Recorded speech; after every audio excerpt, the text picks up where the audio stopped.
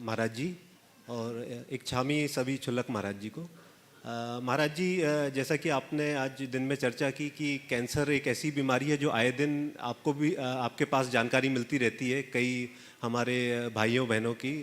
तो इस बारे में महाराज जी ने आदेश किया कि आज मैं कैंसर के बारे में जो भी इस कार्यक्रम को देख रहे हैं तो उनको इसके बारे में सही जानकारी मिले, क्योंकि कैंसर एक ऐसी बीमारी है जिसके बारे में समाज में बहुत सारी गलत भ्रांतियाँ फैली हुई हैं। क्योंकि मैं एक कैंसर रोग विशेषज्ञ हूँ तो कैंसर के बारे में मैं जो भी जानकारी आपको दूंगा वह वैज्ञानिक है और पूरी तरह प्रमाणिक है। तो सबसे पहले तो कैंसर आखिर है क्या? देखिए, कैंसर एक दूसरी बीमारियों की तरह एक बीमारी है और इसकी खास बात यह है कि ये एक लाइफस्टाइल डिजीज़ है। लाइफस्टाइल डिजीज़ मतलब कि हमारी जीवन शैली से जुड़ी हुई बीमारी है। तो अगर हमें इस बीमारी से बचना है तो हमें हमारी जीवन शैली में बदलाव लाना होगा। तो जीवन शैली में बदलाव के लिए 3 चीज़ें बहुत आवश्यक हैं। पहला, तो हमें किसी भी प्रकार के नशीले पदार्थ जैसे कि तंबाकू, धूम्रपान, शराब, जिनका चलन आए दिन नई जनरेशन में पढ़े लिखे लोगों में बढ़ता ही जा रहा है, जबकि पढ़े लिखे लोगों में कायदे से इसकी जानकारी सही होनी चाहिए और ये इतना जो हमें आगे जाके बीमारियों के रूप में कष्ट देता है तो हमें इससे बचना चाहिए। लेकिन दुर्भाग्य से ये चीज़ें बढ़ रही हैं, तो हमें हमारे बच्चों को, हमारे आने वाली जनरेशन को नशे से दूर रखना है। दूसरी बात यह है हमारा खान पान, यानी हमारी डाइट। तो इसमें मैं सबसे पहले कहूँगा कि डाइट के लिए हमारे भोजन में हमको जो प्रोसेस्ड फूड्स जो रहते हैं, जैसा कि मैंने गुणायतन में भी देखा, बहुत सारे पैम्पलेट्स चिपके हुए थे कि जिसमें जो पैकेट जो रेडीमेड फूड अवेलेबल हैं, जो पैकेट में अवेलेबल हैं, उनको हमको हमारे बच्चों को उनसे भी दूर रखना है। यह उतने ही खतरनाक है जितने कि दूसरे प्रकार के नशे। अगर आप अपने बच्चे को ये पैकेट फूड दे रहे हैं तो आप मान के चलिए आप अपने बच्चे को बोल रहे हैं कि हम ये धूम्रपान के 1-2 कश ले लो, ये इतना खतरनाक है। तो ये बात आप आज से गार्ड मान लें कि हमें हमारे बच्चों को ये जो 5 रुपये 10 रुपये में बहुत आसानी से कहीं पर भी अवेलेबल है लेज़, कुरकुरे आदि, ये नहीं देना है। ये आगे जाके आने वाली जनरेशन जो हमारी हैं, ये इनमें कैंसर की सुनामी लाएगा। और दूसरी बात यह है कि हमको कहते हैं कि हमारा जैन खाना तो इतना सात्विक है, तब भी हमारे जैन भाइयों बहनों में कैंसर क्यों हो रहा है? तो इसका कारण ये है कि हमारे जो खाने में जो शुगर की मात्रा है, नमक की मात्रा है, मैदा है, ये बहुत ज़्यादा होती है। तो इसलिए बहुत ज़रूरी है कि संभव हो तो शुगर को, गुड़ को हमारी डाइट से पूरी तरीके से इसको शून्य कर दिया जाए। गुड़ भी महाराज जी आपके लिए नहीं है, ये आम जन के लिए है। हमारा तो ऐसे 0 है। नहीं, क्योंकि क्या होता है कि हमारे डाइट में ये शुगर और गुड़ इतना ज़्यादा होता है कि जितनी हमको ज़रूरत है उतनी तो दूसरे कार्बोहाइड्रेट, रोटी, चावल से मिल जाता है। लेकिन जो एक्सेस शुगर और ये गुड़ आदि रहते हैं, इससे हमारे लिपिड शुगर जो है लिपिड में कन्वर्ट हो जाती है। तो हार्ट की नलियाँ चौक होना, कैंसर तो बहुत बात की बात है, मोटापा, डायबिटीज़, शुगर और बीपी वगैरह, थायराइड, ये सब बीमारियां पहले आने लगती हैं। और मोटापा भी एक बहुत बड़ा कारण है कैंसर का। तो हमको हमारी जनरेशन, आने वाली जनरेशन में मोटापे को भी कम करना है। ये सब चीज़ें कम करके हमको मोटापे को भी रोकना है। फिर तीसरी चीज़ आती है कि हमको रोज़ आधे घंटे से 45 मिनट तक एक्टिव एक्सरसाइज करनी है। अगर हम अपनी जीवन शैली में ये 3 बदलाव लाएं तो मैं आपको गारंटी से बोल सकता हूँ कि कैंसर तो आप बहुत बात की बात है, आप 90% बीमारियों से, आने वाली बीमारियों को आप आज ही रोक पाएंगे।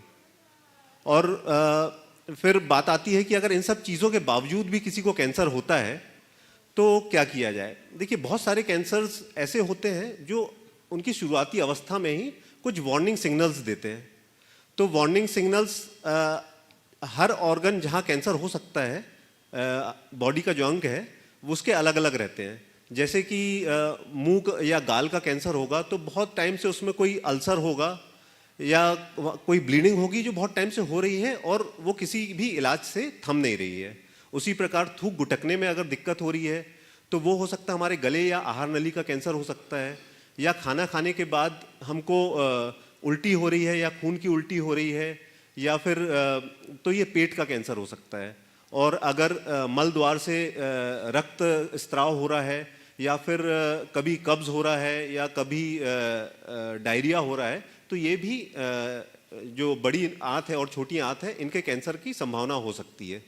और जैसा कि महाराज जी ने बोला कि आजकल हमारी माताओं बहनों में बहुत तेज़ी से स्तन कैंसर बढ़ रहा है, तो उसमें भी शुरुआत में क्या होता है, एक बहुत अक्सर छोटी सी गांठ होती है जो महिला को पता होती है कि वो है, हालांकि उसमें दर्द नहीं होता है, और ये दर्द रहित गांठ कई बार धीरे धीरे बढ़ने लगती है। लेकिन महिलाएं क्योंकि सामने नहीं आती हैं, तो वो बीमारी का स्टेज धीरे धीरे बढ़ने लगता है और बीमारी लाइलाज होने लगती है। तो बहुत ज़रूरी है कि अगर बीमारी बहुत कुछ ऐसे सिग्नल दे रही है, आपको वार्निंग साइंस दे रही है, तो आपको उसको इग्नोर नहीं करना है और उसकी पूरी जांच करनी है और उसका पूरा इलाज लेना है। मैं दावे के साथ कह सकता हूँ एक कैंसर रोग विशेषज्ञ के नाते कि अगर कोई भी कैंसर, अगर आप उसको प्रथम या द्वितीय स्टेज में आप उसका पूरा इलाज लेते हैं, तो उससे ठीक होने की संभावना 90 से 100% हो जाती है। जिसको लोग कैंसर नाम सुन के ही बोल देते अब तो लाइफ कैंसल, जबकि आज की डेट में ऐसा बिल्कुल नहीं है। कैंसर के मरीज भी अपनी पूरी ज़िंदगी जी सकते हैं, बशर्ते वो सही समय पर अपनी रोग को सामने लाएं और उसका पूरा इलाज लें। और जहाँ तक ब्रेस्ट कैंसर की बात है, तो इसको बहुत अर्ली स्टेज में पकड़ने के हमारे पास दो बहुत ही सरल और सुलभ उपाय हैं। पहला तो जिसमें बहुत आसान है, जिसमें किसी की ज़रूरत भी नहीं है, जिसे हम कहते हैं ब्रेस्ट सेल्फ एग्जामिनेशन या स्तन स्व परीक्षण। इसमें क्या होता है, कोई भी 18 वर्ष के ऊपर की महिला अपने स्तन को खुद से जांच सकती है, और ये इसका तरीका हमको यूट्यूब में अगर आप टाइप करें breast self examination animation video, तो आपको हिंदी में बहुत अच्छा वीडियो देखने मिल जाएगा 5 मिनट का। उसमें ये सारे स्टेप्स दिए हैं कि इसको कैसे किया जाता है। तो हर महीने अगर कोई महिला ये रेगुलर करती है, तो उसका कैंसर कभी भी पहले स्टेज के बियॉन्ड डिटेक्ट नहीं होता। ये बहुत शुरुआत में ही ये बीमारी हमको पता चल जाती है। और एक और हमारे पास एक स्क्रीनिंग टूल है जो 40 वर्ष के ऊपर की महिलाओं को करना चाहिए, जिसको हम मैमोग्राम कहते हैं। मैमोग्राम कुछ नहीं होता है, ये स्तन का एक स्पेशल एक्सरे होता है, जिसको हर साल 40 वर्ष के ऊपर की महिला अगर करती है, तो देखा गया है कि ऐसी गांठें जो महिला खुद भी महसूस नहीं कर सकती है, मैमोग्राम उसको पकड़ लेता है।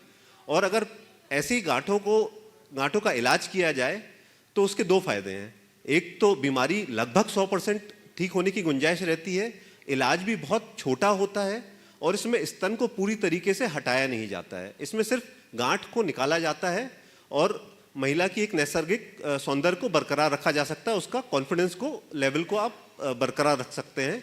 जो कि स्तन एक महिला अगर किसी महिला का ऑपरेशन द्वारा पूरा स्तन निकाला जाए, तो जो उसके मानसिक स्तर पे भी जो कॉन्फिडेंस लेवल में कमी आती है, उससे भी हम बच सकते हैं। तो बहुत ज़रूरी है कि हम कैंसर में चीज़ों को सही समय पे सामने लाएं। और क्या क्या टेस्ट व्यक्ति को कराना चाहिए, पुरुषों को और अन्य को नियमित क्या जांचें कराना चाहिए, और बताइए। जी महाराज जी, वैसे तो 40 साल के बाद हर व्यक्ति को लगभग हर साल कुछ टेस्ट होते हैं, नॉर्मल ब्लड टेस्ट है, उनको कराने से ये होगा कि कोई भी छिपी हुई बीमारी जिसके संकेत हमको बॉडी नहीं दे रही है, वो भी हम पता लगा लेंगे, और बहुत ही बिना इलाज के भी हम उनको लाइफस्टाइल चेंजेस से ठीक कर सकते हैं। जिसमें सबसे पहला है कंप्लीट ब्लड एग्जामिनेशन, जिसमें haemoglobin, white blood cell, red blood cell, platelets आदि की काउंट्स हमको पता चलते हैं। फिर किडनी के लिए होता है रीनल फंक्शन टेस्ट, जिसमें जो एक सिंपल सा ब्लड टेस्ट है, इसमें क्रिएटिनिन और ब्लड यूरिया चेक किया जाता है। और तीसरा है लिवर के फंक्शन के लिए LFT, लिवर फंक्शन टेस्ट, और बॉडी में कोलेस्ट्रॉल लेवल के लिए लिपिड प्रोफाइल होता है, और हार्ट के टेस्ट के लिए सिंपल ECG है और 2D इको है, और शुगर के लेवल को जानने के लिए ब्लड शुगर होता है, खाली पेट होता है और खाना खाने के 2 घंटे बाद किया जाता है।